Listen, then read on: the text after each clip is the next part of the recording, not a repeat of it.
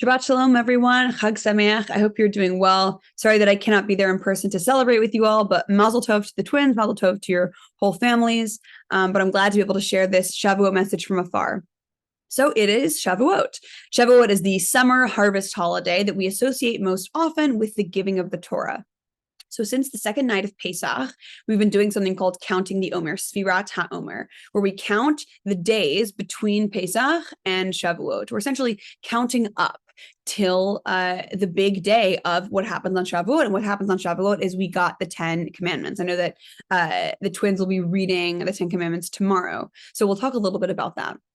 So the Jewish people have been wandering in the desert for now about 49 days. If we're going, with the original story, when they started, they were freed from Mitzrayim, from Egypt, and they've been walking in the desert. They're kind of stranded. There's not much really going on. So the question is, why were they given the Torah, the 10 commandments, in the middle of the desert? When, I don't know, it kind of makes sense for them to be given to the Jewish people once they arrive in Israel, once they arrive in the land that they've been seeking and they've been searching for a homeland. It makes sense for them to be given there.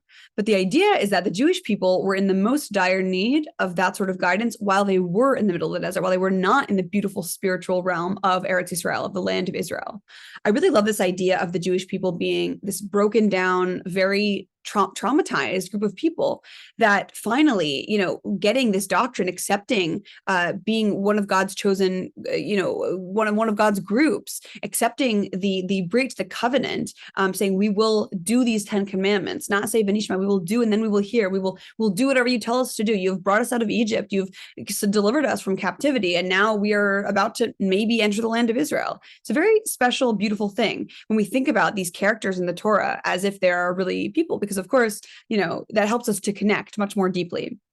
So the 10 Commandments have been a very potent document. I say document, as we know, it was written on stone. It was 10 statements, the Aseret HaDibrot, or Aseret HaDibrot, the 10 sayings. And every mitzvah in the Torah, of which there are 613, can be distilled into one of those 10 commandments. We also say that the gematria, the numerical value of the word Torah, is 611. Why not 613? That would make a lot of sense. The idea is that the final two were the two of the 10 commandments that were said by God for all of the people to hear. The eight, the rest of them, were given to Moshe up on Har Sinai, on Mount Sinai, where Moshe was also given the oral Torah. So the things that make up our commentary, the way that we practice Judaism, was given to Moshe on Har Sinai up there. So if you think about it right now, how many of the 10 commandments can you name? I just think about it.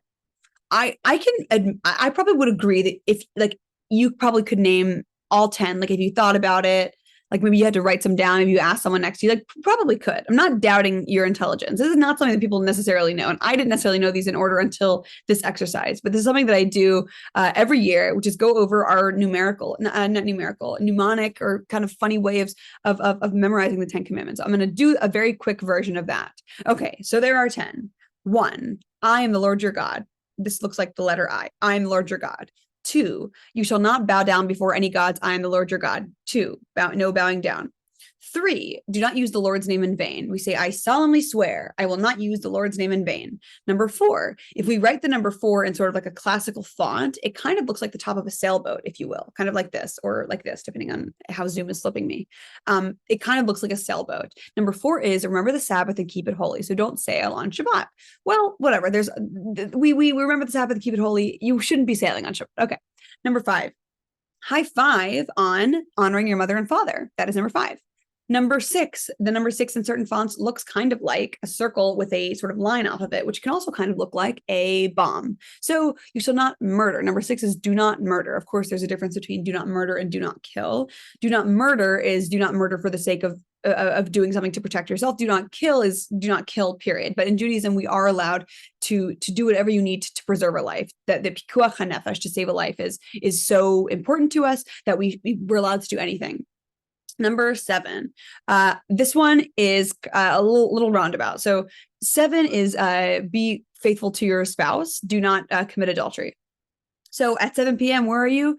At home having dinner with your spouse, because you are being faithful to your spouse. Number 8 is do not steal. Number 8 on its side looks like a burglar mask. Do not steal. And then number 9, you shall not bear false witness. In certain fonts, again, the number 9 kind of look like this, which kind of looks like a microphone. Do not bear false witness. Do not say anything that's incorrect.